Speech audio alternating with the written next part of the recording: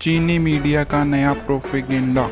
चीन की सरकारी मीडिया भारत के खिलाफ लगातार नए प्रोपेगेंडा चला रही है और आपको बता दें कि चीन का सरकारी अखबार ग्लोबल टाइम्स ने एक रिपोर्ट जारी की है जिसमें दावा किया गया है कि लद्दाख पर भारत और चीन के बीच तनाव कम करने की सहमति बन चुकी है।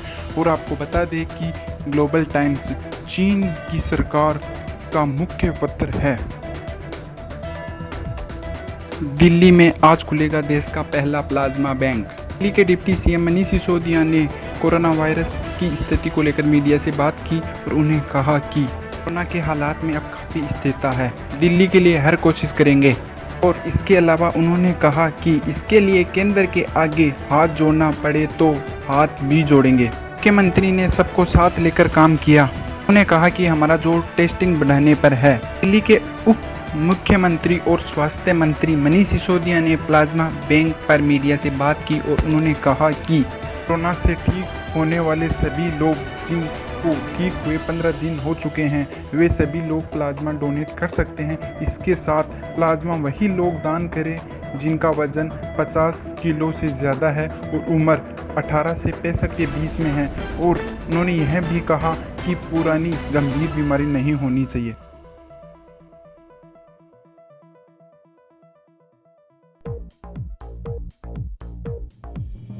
भारत के खिलाफ चीन के कदमों पर भड़का अमेरिका। अमेरिका के राष्ट्रपति डोनाल्ड ट्रंप के हवाले से कहा गया कि चीन में भारत के सहित दूसरे देशों के प्रति चीन का आक्रामक रवैया उसकी कम्युनिस्ट पार्टी की सत्ता का असली चेहरा। तृणमूल कांग्रेस सांसद नुसरत जहां ने कहा कि टिकटॉक पर प्रतिबंध लगाना बिना सोचे समझे लिया गया निर्णय है। कांग्रेस सांसद नुसरत जहां ने टिकटॉक समेत चीन के 59 ऐप पे प्रतिबंध लगाने के केंद्र के फैसले को बुधवार को एक ठकोसला तथा बिना सोचे समझे लिया गया फैसला बताया है। बता दें आपको कि कांग्रेस सांसद अभिनेत्री नुसरत जहां के टिकटॉक पर फॉलोवर की अच्छी खासी तादाद है। उन्होंने यह भी कहा कि इस प्रतिबंध से लोगों को नुकसान नहीं होना चाहिए कि जैसा कि नोटबंदी के बाद हुआ। उन्होंने यह भी कहा कि सरकार को इन चीनी ऐप का भारतीय विकल्प भी देना चाहिए क्योंकि बहुत से लोगों की आजीविका इनसे जुड़ी हुई है।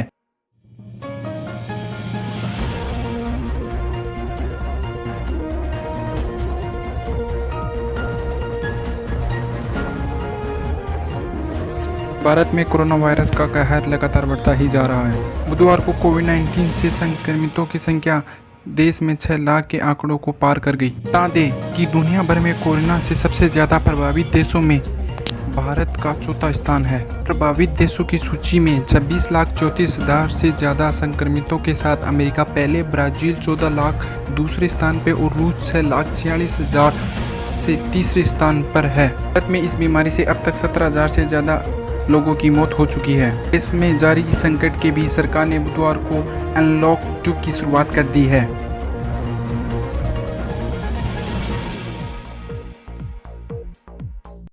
खालिस्तान समूह से जुड़े 9 लोग आतंकी घोषित, UAPA के तहत केस दर्ज।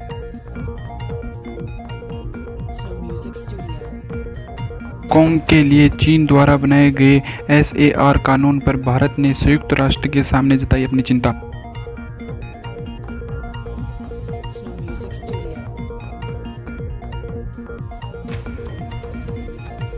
मणि पांडे जिनेवा में संयुक्त राष्ट्र के लिए भारत के स्थायी प्रतिनिधि नियुक्त किए गए।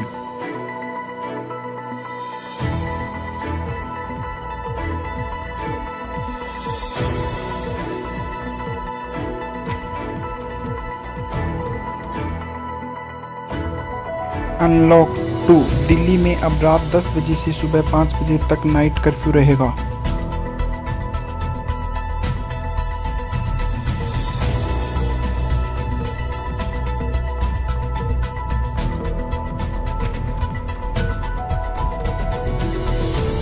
विश्व हिंदू परिषद की वेबसाइट हैक, दिल्ली पुलिस में शिकायत दर्ज।